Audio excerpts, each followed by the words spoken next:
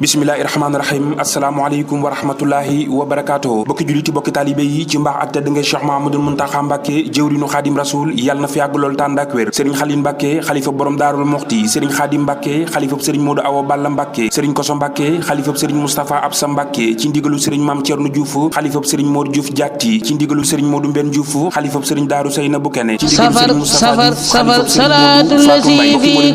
bésu ñaan ak fàttaliku way juróom mu di ko amal dimanche yi ñu màggal Tuuba bu lusee yemoog le 9 août ci atum 2026 ca Daaru Salaam Diouf bés bi la sëriñ bi di ko yëgal mboolem kilifa diine yi ak kilifa aada yëpp di ko yëgal sëriñ Maam Cerno Diouf xalifab sëriñ Mor Diouf Jaatti ak i rakkam sëriñ Moodu Mbenn Diouf xalifab sëriñ Daaru Saynabu ak i rakkam sëriñ Abdul Ahad Ndiaye Naylu ak i rakkam sëriñ Massamba Diouf Tofi ak i rakkam sëriñ Cheikh Daba Sarr Daaru Boy ak i rakkam sëriñ Omar Diop Ndiobène ak i rakkam sëriñ Kelel Sow Benno Géej ak njabootam sëriñ Cheikh Diouf Thiès ak bokki Thiès di ko yëgal sëriñ Massamba Diouf xalifab sëriñ Góoru Maksay ak njabootu sëriñ Góoru Maksay gépp di ko yëgal sëriñ Xaadim Mbay xalifab sëriñ Bàcc Mbay Mboro ak i rakkam sëriñ Taala Diouf xalifab sëriñ Góora Marema ak i rakkam ak mboolem kilifa diine yi kilifa aada yi rawatina tundu Kajoor di ko yëgal président de la république Bassirou Diomaye Faye di ko yëgal monsieur le maire Magor Kane Daarul Xuddus monsieur le maire Abdoulaye Tall Mboro Ndiaye di ko yëgal monsieur le maire Alhaji Diouf ak monsieur le maire Cheikh Ñing ak mboolem njaboot yëpp sëriñ bi nee na bàyyiwul kenn bokk ci fàttali bés bi le mooy bés bi nga xam ni ci la sëriñ Moustapha Diouf di fàttaliku ak di ci ñaanal waajuram sëriñ Modou Fatou Mbaye Diouf